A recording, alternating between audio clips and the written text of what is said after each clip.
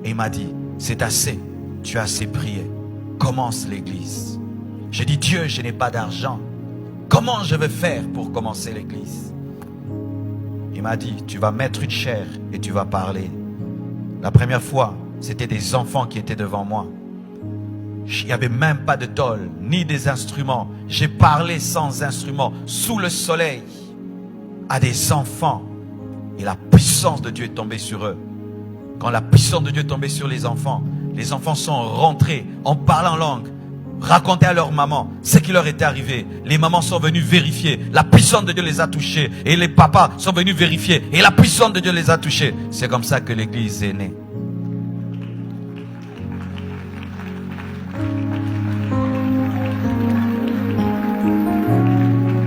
Et j'ai commencé à servir. Mais à un certain niveau, j'avais senti que j'avais atteint une stagnation. Je ne sais pas si ça vous arrive des fois. Tu vis avec Dieu, tu sers Dieu.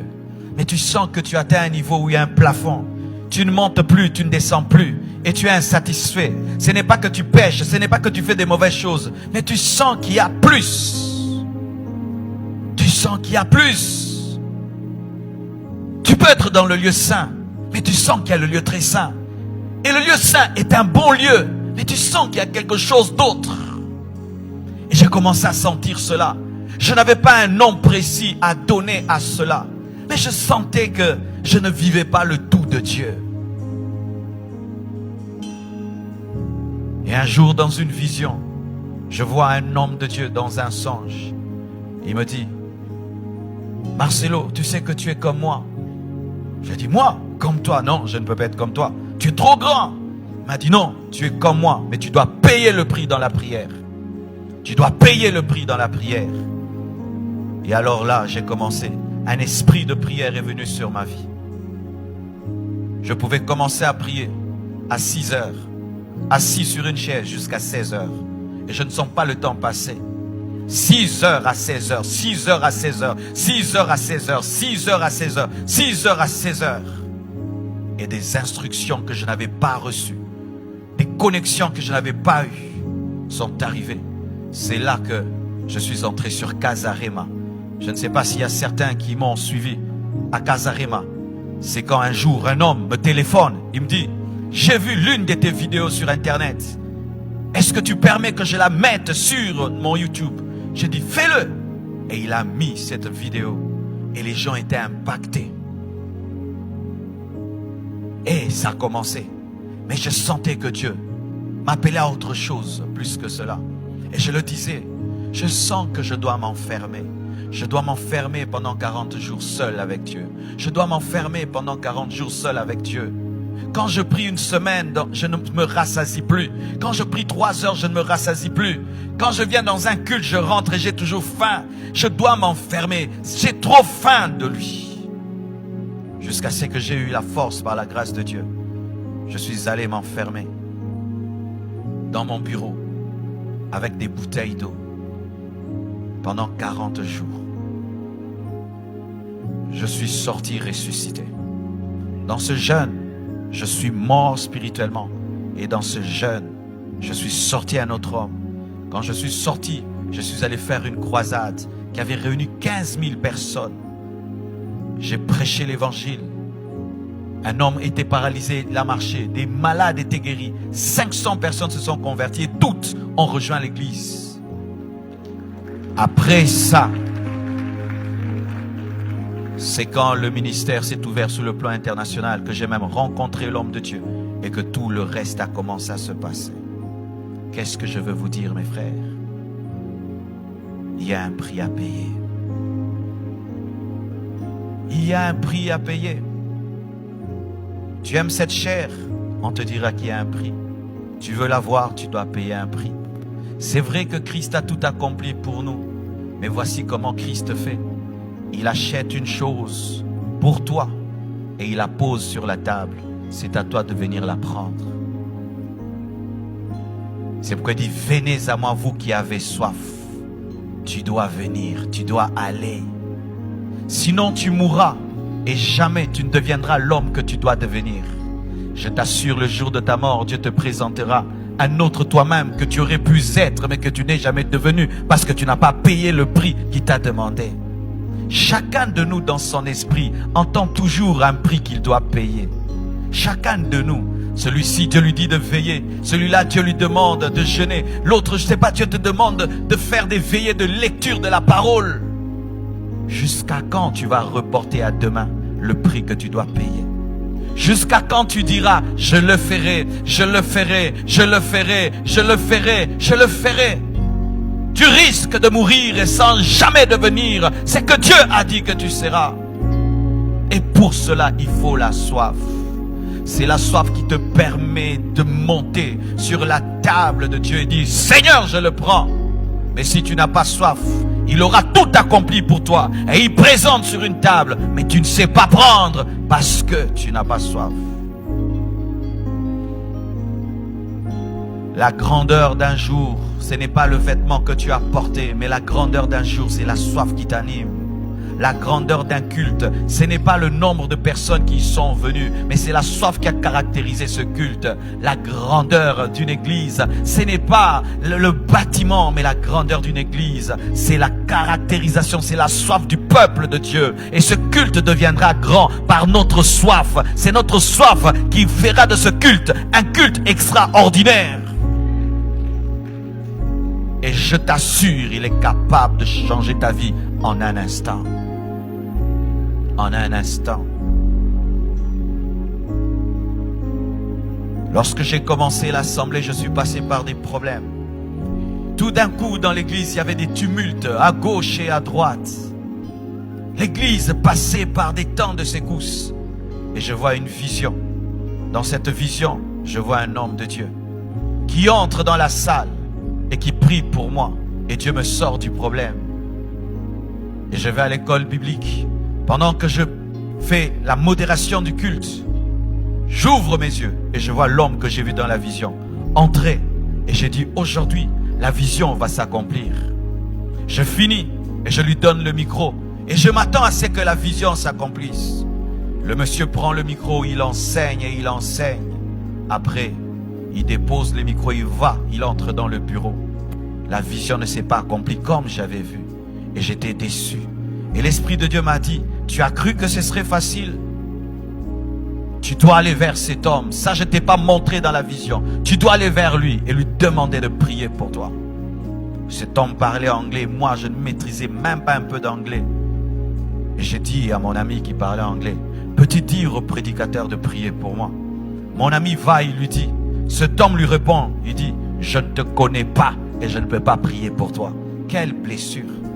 Dans la vision, j'avais pas vu ce rejet.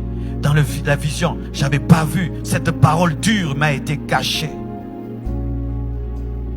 Et j'ai failli tomber dans l'orgueil et dire, eh ben, ça c'est quel genre d'homme de Dieu orgueilleux qui garde sa prière. Je vais chercher Dieu. Et Dieu m'a dit, non, ce que je veux te donner, c'est seulement en t'humiliant. Cet homme-là doit prier pour toi. Et je suis revenu. Mes frères, je me suis tenu devant cet homme comme si j'allais le taper. Et je lui ai dit, à mon ami, j'ai dit, dis à ton pasteur que s'il ne prie pas pour moi, je ne sortirai pas de là.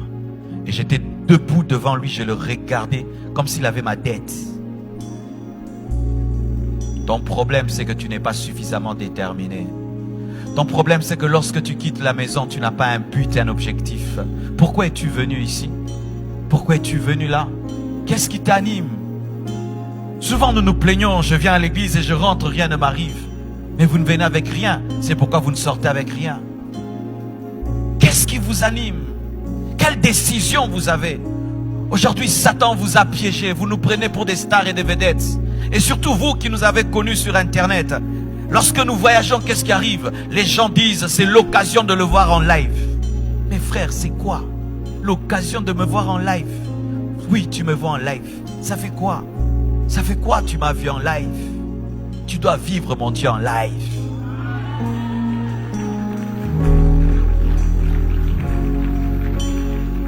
Car le problème des fois, en vous concentrant trop sur l'instrument, vous passez à côté du Dieu de l'instrument. Et je me suis tenu devant lui et je le regardais.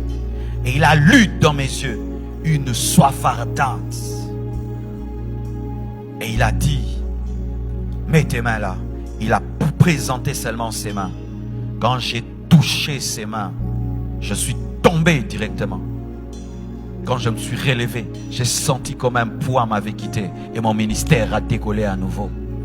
Ce jour-là, si je n'avais pas soif, je ne sais pas si aujourd'hui je serais ici à Boston et si mon ministère serait devenu ce qu'il est devenu. Ton problème, c'est que des fois, tu rates des opportunités en or parce que tu n'as pas la vision de comprendre que l'Éternel est à Bethel. Peux-tu savoir que Dieu est ici? Peux-tu le sentir? Et peux-tu discerner que dans une seule réunion, ta vie peut changer?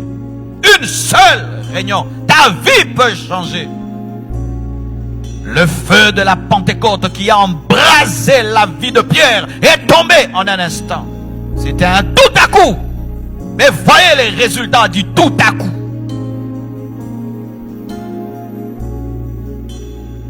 Voyez le résultat de ce tout à coup.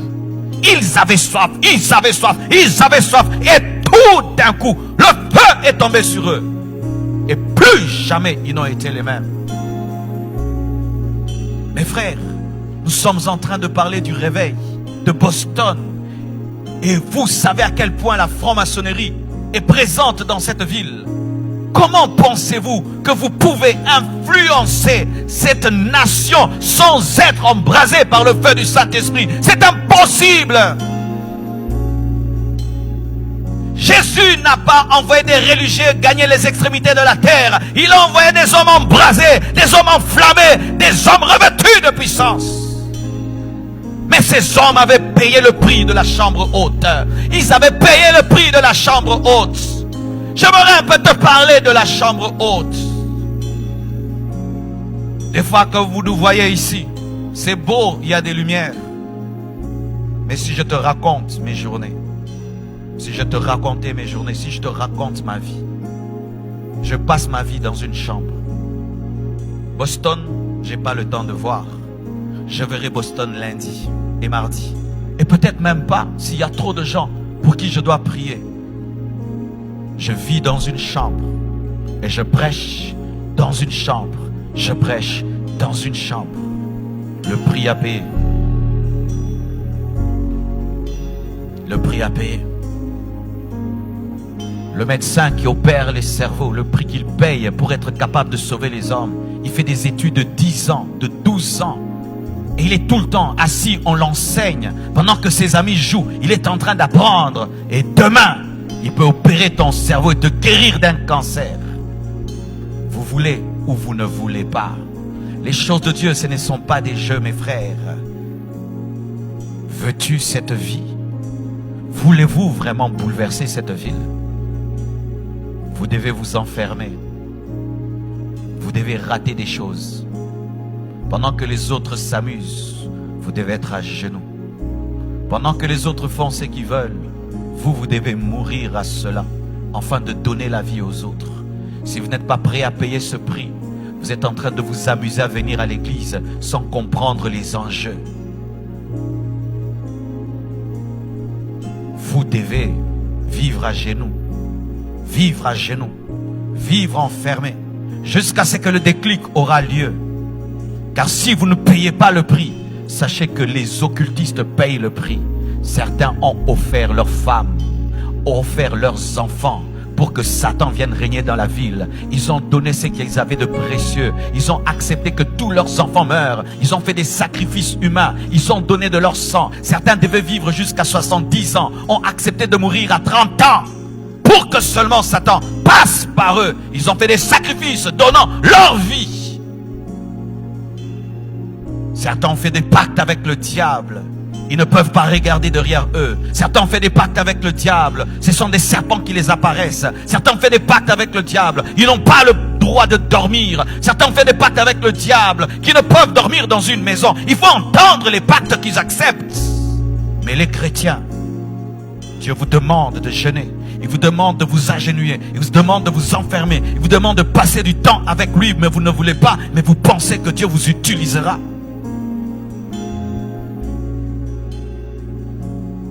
C'est pourquoi chaque fois que quelqu'un me dit « Je veux ton onction », je ne crois plus en cela.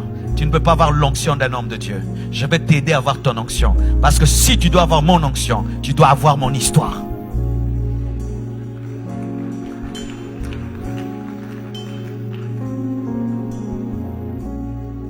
Vie comblée, compassion, ça va. Ce sont des noms que nous donnons, mais tous nous devons payer le même prix. Vous voulez cette ville? Vous devez aller la prendre. Vous devez aller la chercher au sommet de la montagne. Vous devez vous consacrer. Ne pensons pas qu'en parlant tout le temps, critiquant les païens, nous allons les convertir. Dans la chambre haute, on ne critique pas les païens. On attend le feu du Saint-Esprit. Ne pensez pas qu'en passant vos temps devant la télévision du matin au soir, tout le temps sur Facebook, tout le temps sur WhatsApp, vous amènerez un réveil. Vous devez mettre vos téléphones de côté. Et ça, Dieu m'a dit, vos téléphones de côté. Éteindre vos téléphones pour prier, chercher Dieu. Vous devez mettre vos téléphones de côté pour chercher Dieu. Vous devez vous déconnecter pour chercher Dieu. Vous devez éteindre vos téléphones pour chercher Dieu. Vous devez pendant un temps oublier que la technologie existe pour chercher Dieu. Mais tant que vous serez tout le temps connecté, tout le temps disponible, vous serez indisponible à la voix de l'Esprit. Car lorsque Dieu voudra vous parler, vous serez en train de parler à quelqu'un. Voulez-vous ou vous ne voulez pas? Ce monde n'a pas encore vu ce que Dieu peut faire au travers d'un homme qui s'abandonne totalement à lui. Le monde n'a pas encore vu ce que Dieu peut faire au travers d'un homme qui s'abandonne totalement à lui. Si aujourd'hui tu t'offres à Dieu comme un sacrifice vivant et tu montes sur l'autel de la croix, il va te consumer par le feu du Saint-Esprit et de là sortira un puissant serviteur de Dieu.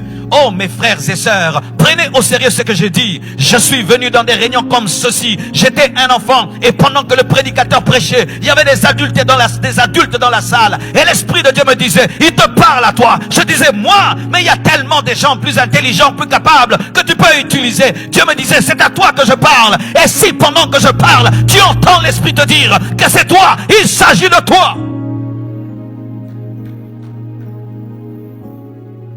À quoi ça nous sert de dépenser autant d'argent, de louer tout ceci, cette salle, et de dépenser en hôtel, en avion, en cela, pour vous faire plaisir et vous divertir? Et vous divertir.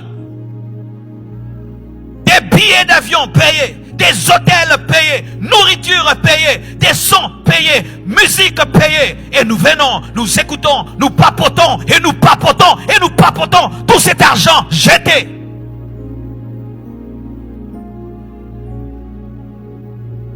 Si cette conférence n'engendre pas, ne fût-ce qu'un homme embrasé, nous avons échoué. Il fallait que je reste au Congo.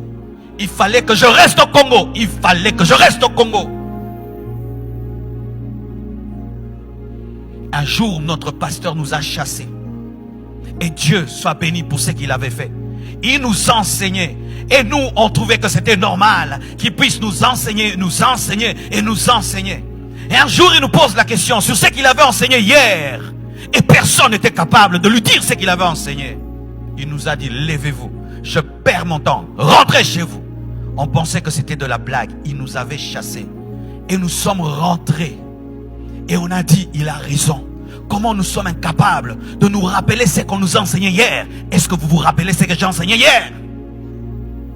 Est-ce que vous vous rappelez ce que j'ai enseigné le premier jour? Est-ce que vous vous rappelez ce que le pasteur Samuel a enseigné? Ce que le pasteur Grégory a enseigné? Tout ce temps passé dans la prière. Est-ce que vous vous rappelez de cela? Et il nous a chassés. Et quand nous sommes rentrés, on a fait une réunion, on a dit, c'est vrai, nous ne prenons pas au sérieux notre formation. Désormais, nous changeons. Nous sommes allés le voir, nous lui avons dit, pasteur, tu as raison. Nous sommes des aventuriers. Mais aujourd'hui, nous te promettons, nous prendrons au sérieux notre formation. Nous sommes revenus à ses pieds. Et nous sommes devenus ce que nous sommes devenus aujourd'hui. Parce qu'on avait pris au sérieux. Pourquoi es-tu ici? Parce que tout Boston est là? Parce que tes amis sont là? Parce que tu es obligé d'être là? Ou parce que tu as une rage? Tu as une rage. une rage, une soif, une insatisfaction, un désir ardent que rien ne peut satisfaire. Aucune maison, aucune voiture, aucune relation, rien que Dieu. Je me souviens des fois, je priais dans ma chambre et je trouvais que ça n'allait pas.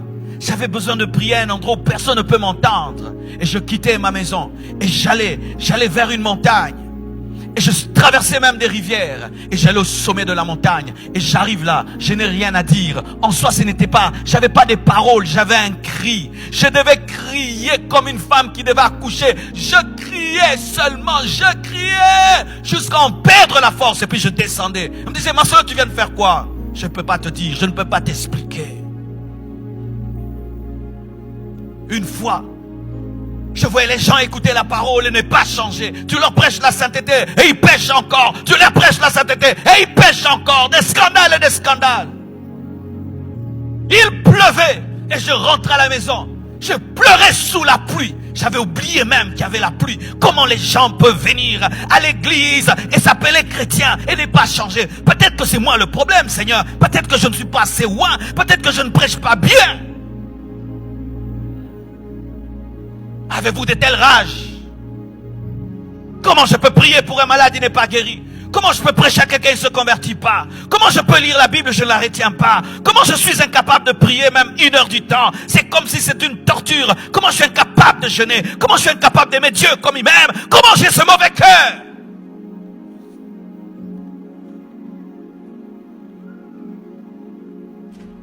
Sans cela, mes frères, rien n'arrivera. Allez lire l'histoire de tous les grands serviteurs de Dieu. Allez lire l'histoire de tous. Et vous allez voir, un jour, ils ont décidé d'être sérieux avec Dieu. Un jour, ils ont décidé de boire. Un jour, ils ont mis de côté leur religion. Ils ont dit, Seigneur, je te veux vraiment. C'est quand Dieu s'est révélé à eux. Il n'est pas loin, mais il veut des gens sérieux. Il n'est pas loin, mais il veut des gens qui en veulent vraiment. Parce que des fois nous disons je veux, mais Dieu teste, il sent que tu ne veux pas vraiment. Pierre disait qu'il allait mourir pour Christ, mais quand Christ l'a vu, il a dit, tu vas fuir. Mais après, quand il a dit je mourrai, Christ a dit oui, tu mourras. J'ai vu, tu vas accepter de mourir. Payeras-tu réellement le prix, mes frères? Le verset que je fais que vous donner finit par une chose. Que celui qui a des oreilles entende, c'est que l'Esprit dit aux églises. Le Saint-Esprit que vous avez en vous est un coach de la soif. C'est lui qui vous amène à avoir soif et vous conduit vers la chambre haute. Vous devez apprendre à l'écouter. Des fois tu peux dire, je dormirai jusqu'à 8 heures. Tu l'entends te dire, lève-toi, va prier. Lève-toi et va prier.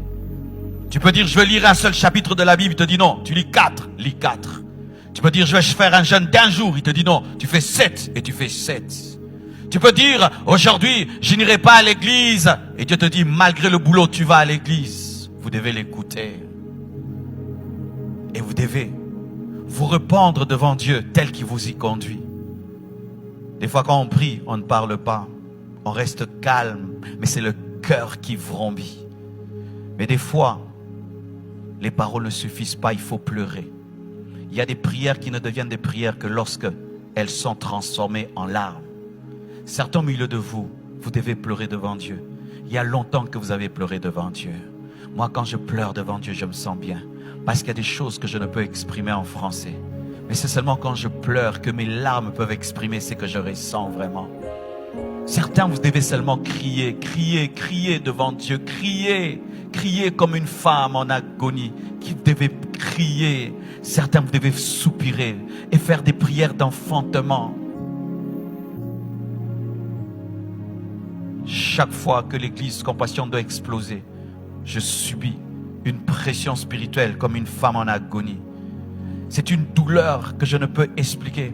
C'est comme si Dieu prend son cœur et il te prête son cœur. Et tu sens l'agonie des païens comme si c'est toi qui allais en enfer avec eux.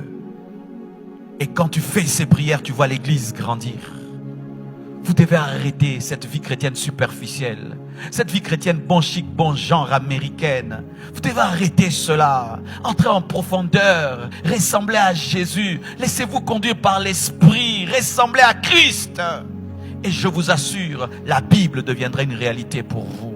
Tu diras aux gens, tu vois ce verset-là, moi je le vis, je l'expérimente. Je suis fatigué de l'adorer de loin. Je suis fatigué de le servir sans émotion. Je suis fatigué de le servir sans mon cœur. Je suis fatigué de le servir avec mes propres forces et ma propre intelligence. Je veux Dieu. Je le veux. Car je suis conscient d'une chose. Un homme ne peut changer le monde. Seul Dieu peut le faire. Et il faut qu'il soit attiré dans ma vie par la soif.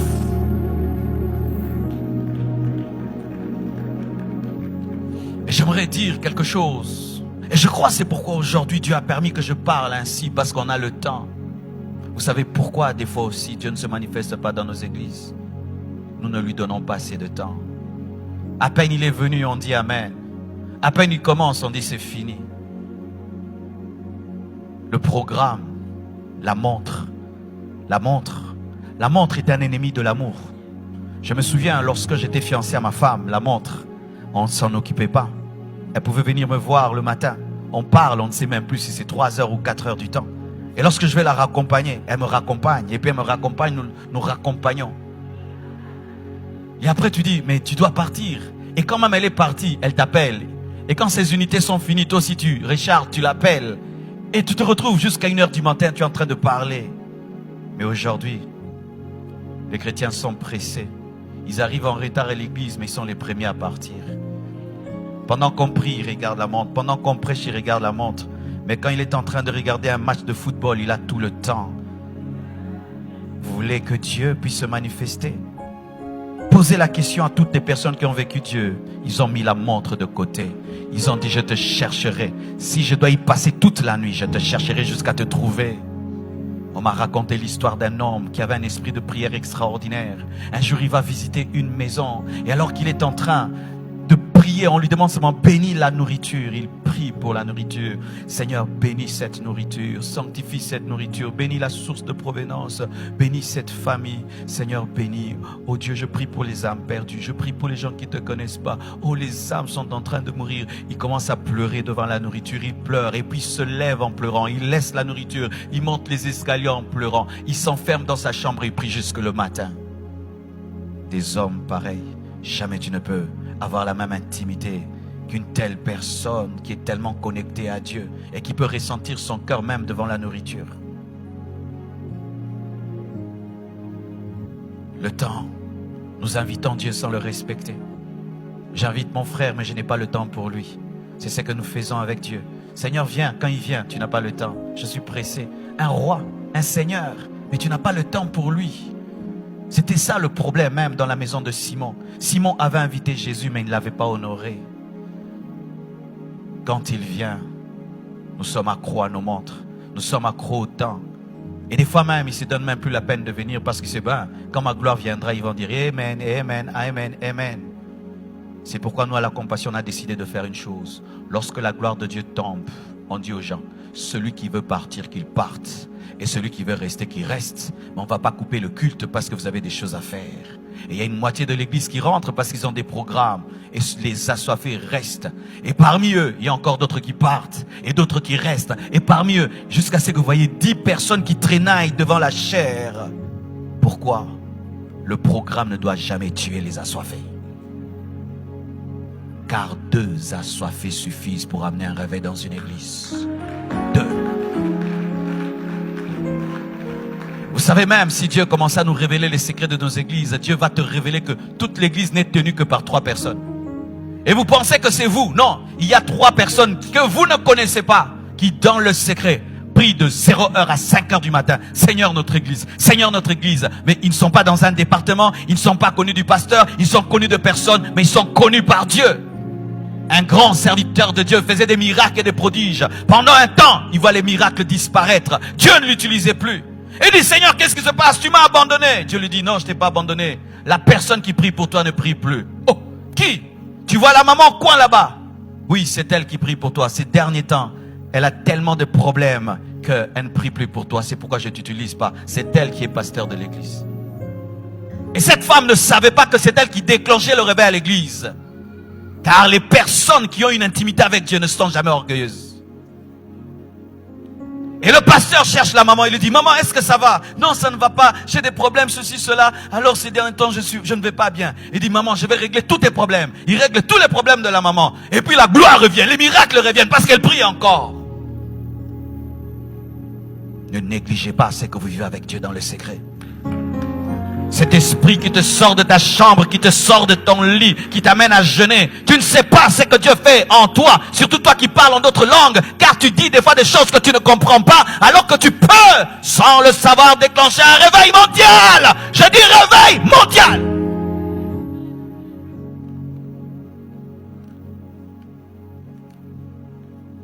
Tout ce que je suis en train de vous dire, c'est pour vous préparer à une chose. Au toucher divin. Ce soir. Aujourd'hui, maintenant. Car il y a une maladie dans les églises. Nous attendons que Dieu agisse demain. Il agira. Je n'ai pas demain, je n'ai pas dimanche, je n'ai que samedi. C'est aujourd'hui ou jamais. Dieu est le Dieu qui agit dans 20 ans, dans 25 ans. Mais il est aussi le Dieu de à l'instant même. À l'instant même. Jésus a parlé au figuier. À l'instant même, il a séché. À l'instant même, il a ordonné que les yeux de Bartimée s'ouvrent. À l'instant même, il est aussi le Dieu de l'instant même. Est-ce que vous croyez que dans ce culte-ci, Dieu est capable de faire descendre une gloire qui change Boston et qui change vos vies? Est-ce que vous le croyez?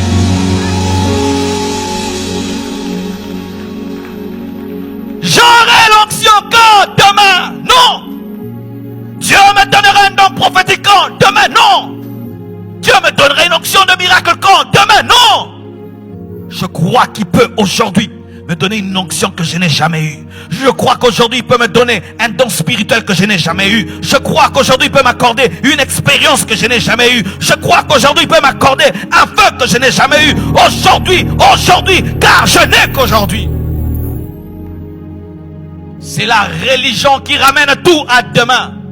Il guérira. C'est pourquoi lorsque Jésus-Christ s'est présenté devant la tombe de Lazare et qui voulait guérir ce jour-là, Lazare ressuscité ce jour-là, Lazare, les religieuses qui étaient ses sœurs ont dit, nous croyons mais pas maintenant.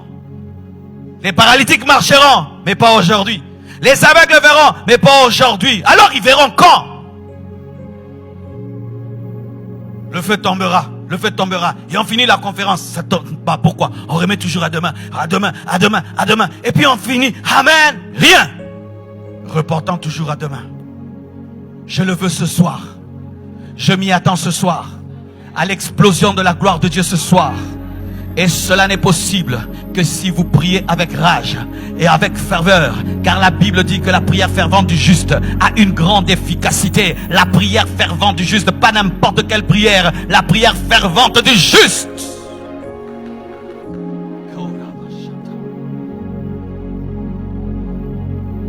Lorsque nous avons reçu Jésus, 10 chrétiens pouvaient être dans une salle en train de prier. Tu penses qu'ils sont à 100. Vrai ou faux? Mais aujourd'hui, les gens peuvent être nombreux comme ça. C'est comme s'il y a 2 personnes. Une lourdeur que nous avons. Même de parler à Dieu. C'est comme si nous sommes des muets. Mais quand on dit Amen, il faut voir comment nous faisons du bruit. Une maladie dans l'église. Les gens ne prient pas, ne parlent pas à Dieu dans le culte, mais ils parlent aux hommes après le culte. Les voix ne s'élèvent pas dans le culte, mais les voix s'élèvent après le culte. Quelle est cette maladie? Ce poids spirituel qui est sur toi. Tu ne es incapable d'élever ta voix à l'église, mais très capable dans la communion fraternelle de parler fort. C'est une maladie. C'est une maladie. C'est une maladie. C'est une maladie.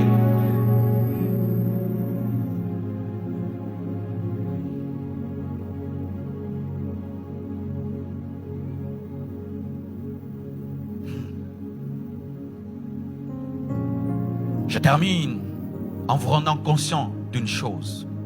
Matthieu 26, versets 51 à 53, la Bible dit, et voici un de ceux qui étaient avec Jésus étendit la main et tira son épée. Il frappa le serviteur du souverain sacrificateur et lui emporta l'oreille. Alors Jésus lui dit, remets ton épée à sa place, car tous ceux qui prendront l'épée périront par l'épée. Et maintenant il dit, penses-tu que je ne puisse pas invoquer mon Père qui me donnerait à l'instant plus de 12 légions d'anges. Jésus croyait qu'en un instant, sa prière pouvait attirer 12 légions d'anges. Et tel il est, tel nous sommes. Si ma prière peut attirer 12 légions d'anges, ta prière 12 légions d'anges, sa prière 12 légions d'anges, 12 et 12 et 12, il y aura saturation angélique à Boston.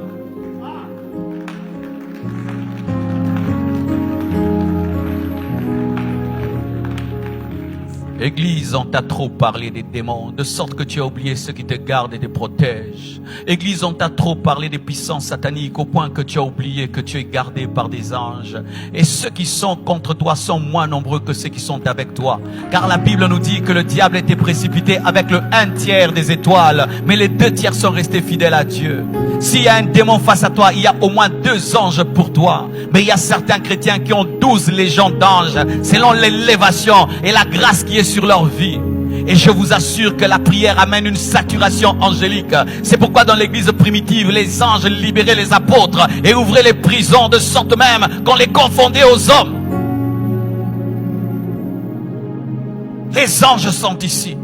Le Saint-Esprit est là. Jésus est là. Le Père est là.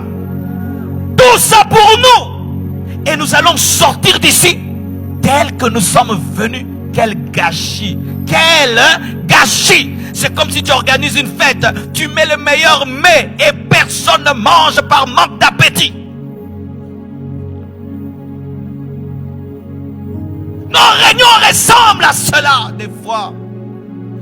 Nos réunions ressemblent à quelqu'un qui a dressé une table garnie et qui a pris des heures et des heures pour préparer. Mais quand le peuple vient, ils n'ont pas faim, ils sont occupés. Je dois rentrer à la maison, je dois regarder un téléfilm à 18h. C'est mon film préféré qui passe. Je veux rater ceci, mon ceci va venir me voir. Je dois vite rentrer à la maison pour essayer ma nouvelle voiture. Et ceci, cela, et les choses pourrissent. De sorte maintenant que quand nous venons, Dieu n'a rien préparé parce que ça ne sert à rien. Et nous venons, nous trouvons des cultes secs, nous trouvons des prédications secs, nous trouvons l'adoration, tout est sec. Et nous disons, qu'est-ce qui se passe? Qu'est-ce qui se passe? C'est parce que nous avons méprisé ce qui nous était servi hier.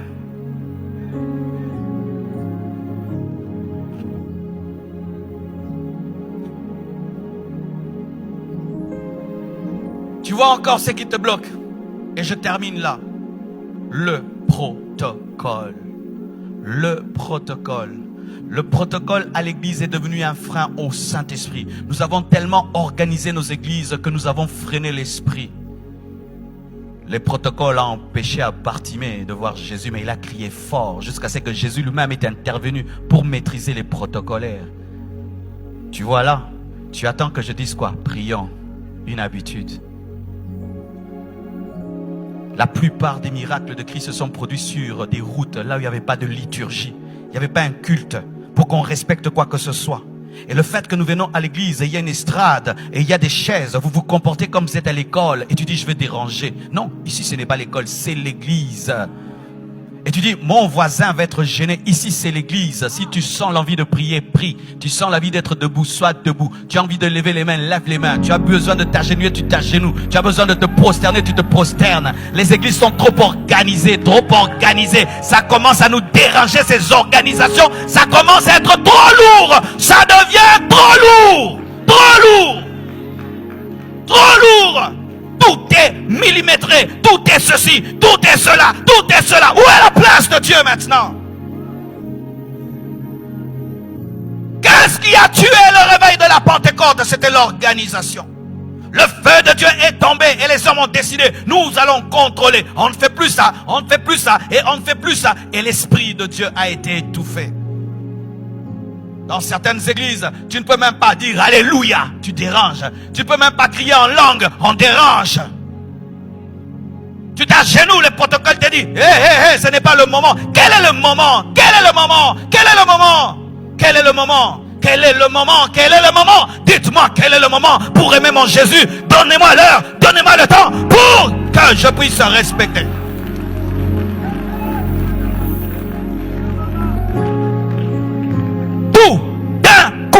Il priait tout d'un coup. L'esprit n'a pas respecté le programme. Il s'est imposé et il a bouleversé bouleverser tout. Et c'est ça le réveil. Quand nous implorons le réveil, donc nous implorons le bouleversement de nos programmes.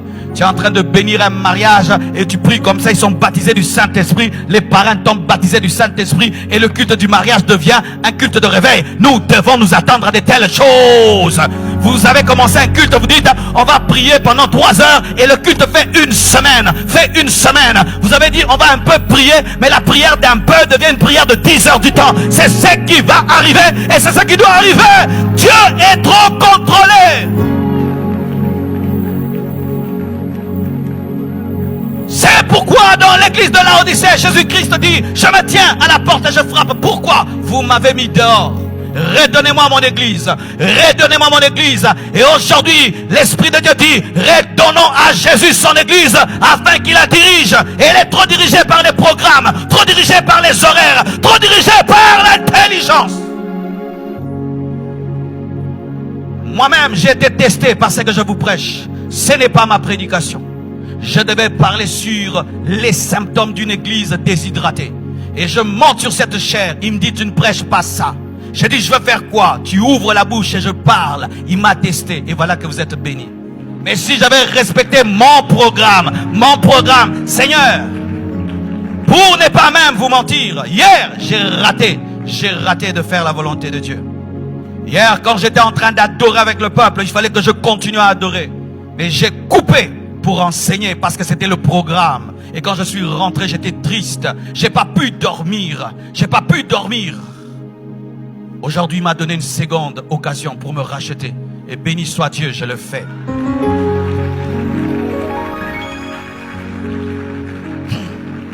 Cher homme de Dieu, entre donner une bonne prédication et écouter Dieu, c'est mieux d'écouter Dieu.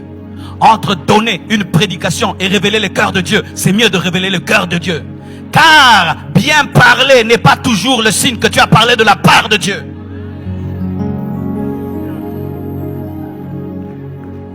Combien de fois nous ratons la gloire de Dieu dans nos cultes à cause du programme?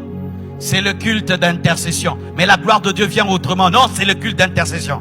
C'est le culte d'études bibliques. Et l'onction vient des miracles. Non, Seigneur, pas de miracle aujourd'hui. Pas de miracle aujourd'hui. C'est l'étude biblique. Jésus, pas de miracle. Nous ne sommes pas différents des pharisiens et des sadducéens.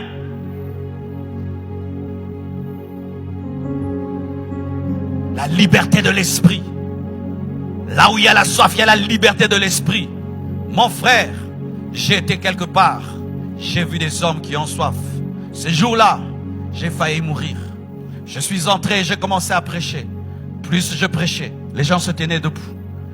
Et après, ils commençaient à avancer. Moi, j'ai reculé. C'était à Lubumbashi. À Lubumbashi, c'est terrible. C'est l'une de nos provinces là-bas. Les gens ont un don de révélation pas possible. Ils peuvent te regarder comme ça. Ils te donnent ton nom, ton adresse. Ils te donnent tout. Les gens prient dans des montagnes pendant des semaines et des semaines. Il y a des gens qui habitent plus à la montagne que parmi les humains. À Lubumbashi. Et pendant que je prêchais, ils se tenaient debout. Et ils commençaient à avancer. Et avancer. Et avancer. Jusqu'à ce que j'étais coincé contre le mur. C'est comme s'ils avaient besoin de toucher ce que je prêchais. C'est comme s'ils voulaient le toucher. Et vous pensez que nous pouvons être comme de telles personnes? Mes frères et sœurs, ce n'est pas parce que vous êtes aux États-Unis que vous avez le droit d'être tièdes. Et ne pensez pas que Dieu va vous juger autrement des Africains. Vous avez la même Bible et le même Saint-Esprit. Et si eux peuvent aimer Dieu de cette manière, vous aussi vous pouvez le faire. J'ai été estomaqué lorsque je suis allé prêcher à Miami. Alors vous voyez Miami, que nous quand on voit Miami, on entend parler de Miami. C'est plus le film qu'on entendait je crois, de flics à Miami. Mais j'arrive dans cette église, tabernacle de gloire, avec le pasteur Grégory. Les cultes finissent à 2h du matin. Ça commence à 16h jusqu'à 2h. Je dis, vous êtes où? À Miami. Et pendant les vacances, pendant l'été, quand tout le monde se livre au péché, il prie de 16h à 2h du matin. 10 000 personnes. 10 000 personnes. Je suis rentré, j'ai dit non. Ce n'est pas question de nation. C'est question de soif. C'est question de soif.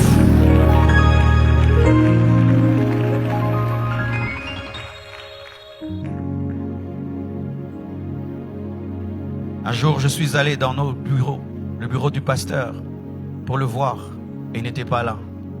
Et quand j'entre, je trouve une femme. Elle est en train de prier. Mes frères, une gloire sortait de son visage. Quand je suis entré, j'ai senti un respect pour Dieu. C'était la première fois que je l'avais vue et la dernière fois. Il y avait quelque chose qui émanait d'elle et de sa prière. Une intimité. Elle parlait à Dieu d'une certaine manière. Quand je suis entré, j'ai dû me mettre à carreau. Je sentais que le roi était là. Que cette femme jouissait d'une intimité avec Dieu que je n'avais pas. Je suis sorti lentement et j'ai fermé la porte et je suis parti. Je ne l'ai jamais plus revue. Mais cette femme est parmi les personnes qui m'ont enseigné à prier. Elle ne m'avait rien dit. Elle ne m'avait même pas vu. Mais ce que j'avais vu m'avait changé. J'avais compris qu'il est possible à un homme de devenir l'ami de Dieu. Et sans même le dire, de le dégager. Elle ne disait rien, elle dégageait Dieu. Sa prière remplissait le bureau de Dieu. Et je suis sorti et j'ai désiré dans ma vie avoir ce que cette femme avait. Être capable de m'agenouiller devant Dieu et entrer dans sa présence et oublier tout ce qui est autour de moi. Lorsque tu atteins ce niveau, ton voisin à gauche ou à droite de l'église ne te dérangera pas. Qu'il soit froid, qu'il soit sec, ça ne te fera rien du tout. Tu pourras même venir dans un culte qui ne semble pas puissant, mais toi tu peux savoir que papa est là. Élie avait une telle intimité avec Dieu qu'il pouvait savoir que Dieu est dans un murmure doux et léger. Qui n'était pas dans le feu, qui n'était pas dans les tremblements de terre, mais pouvait savoir. David avait une telle intimité avec Dieu qu'il pouvait savoir que Dieu est en train de marcher au sommet des arbres.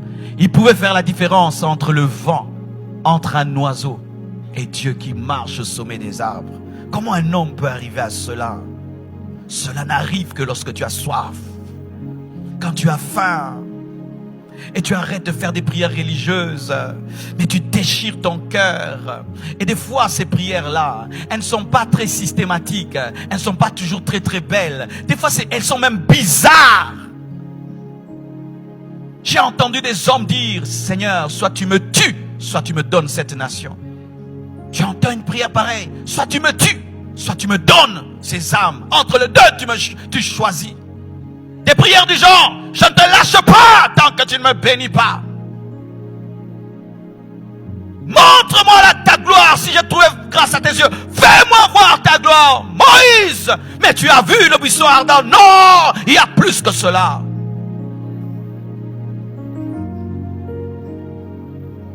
Si ce soir, nous pratiquons cela, cette conférence aura servi à quelque chose. Mais si nous entendons et nous partons, ce sera un gâchis, un total gâchis. Je prie qu'aujourd'hui, ici, Dieu puisse susciter un géant. Et je suis sûr qu'il y en a un ici. C'est le jour. C'est le jour. C'est le jour tant attendu pour ta destinée. C'est aujourd'hui. Je le sens très très fort en moi. Que tu es au tournant de ta vie, au tournant de ton histoire. Et en rentrant, tu ne seras plus le même homme. Tenons-nous debout. Et que chacun de nous réponde son cœur selon qu'il sent Dieu l'y conduire. Prions. Prions. Élève ta voix. Élève ta voix. Élève ta voix. Élève ta voix. Si tu dois crier, crie. Si tu dois pleurer, pleure. Si tu dois te prosterner, prosterne-toi. Si tu dois t'agenouiller, agenouille-toi. Mais fais quelque chose. Mais fais quelque chose. Mais fais quelque chose. Mais fais quelque chose. Alléluia. Alléluia. Zambe, zambe, zambe, zambe, zambe. Zambe, zambe, zambe, zambe, zambe. Zambe, zambe, zambe, zambe, zambe.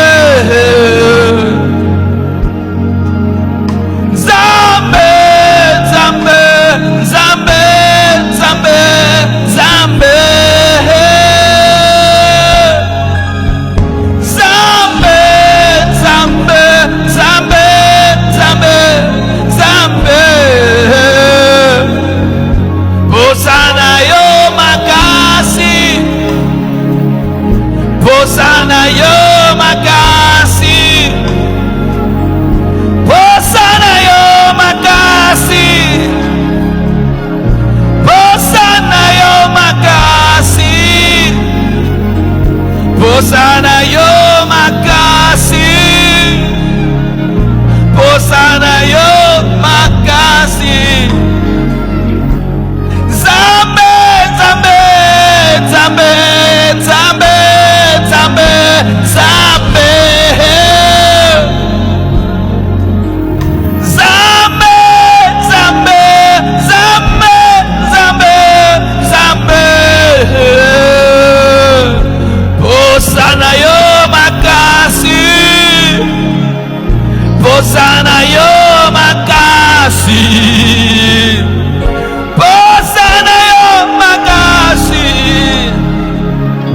Posana yo makasi.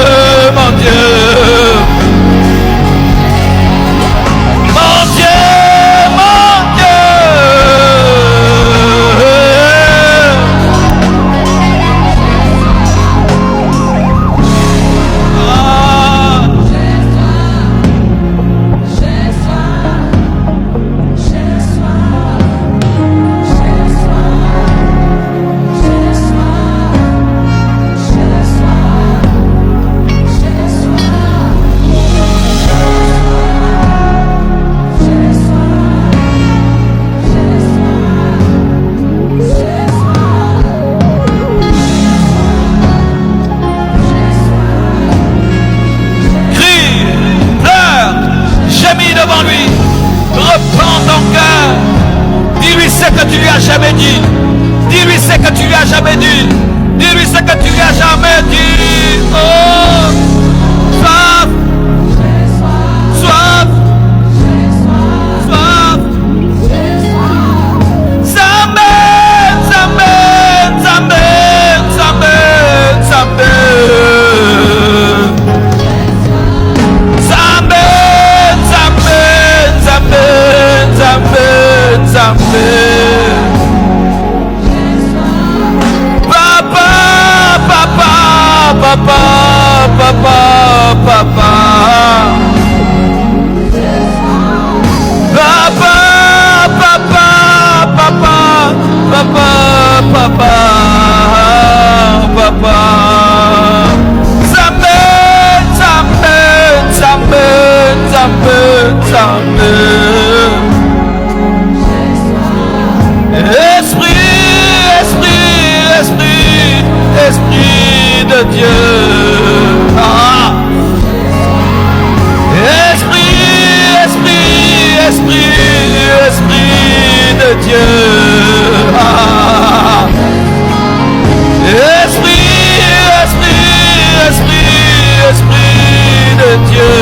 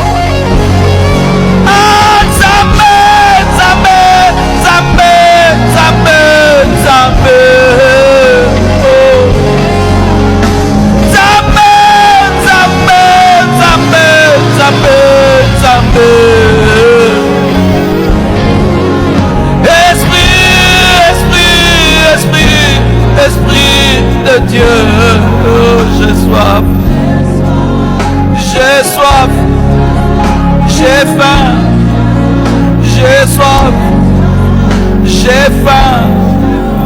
De toi, de toi, de toi, de toi, papa. De toi, de toi, de toi, de toi, esprit. Oh, de toi, de toi, de toi, de toi, Jésus. Oh yes.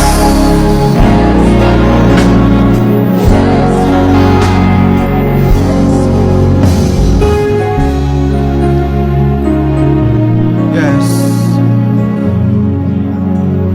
Des choses se passent en ce lieu. Il y a des gens qui vivent des moments d'intimité avec Dieu. Je n'ai jamais chanté ce cantique. C'est un cantique qui m'a été donné maintenant. Car Dieu veut qu'on puisse l'aimer d'une nouvelle manière. Le prier d'une nouvelle manière. Lui chanter des nouveaux cantiques. Parler en langue mais d'une nouvelle manière. L'adorer mais autrement. Il est fatigué des mêmes plats. Il est fatigué des mêmes plats.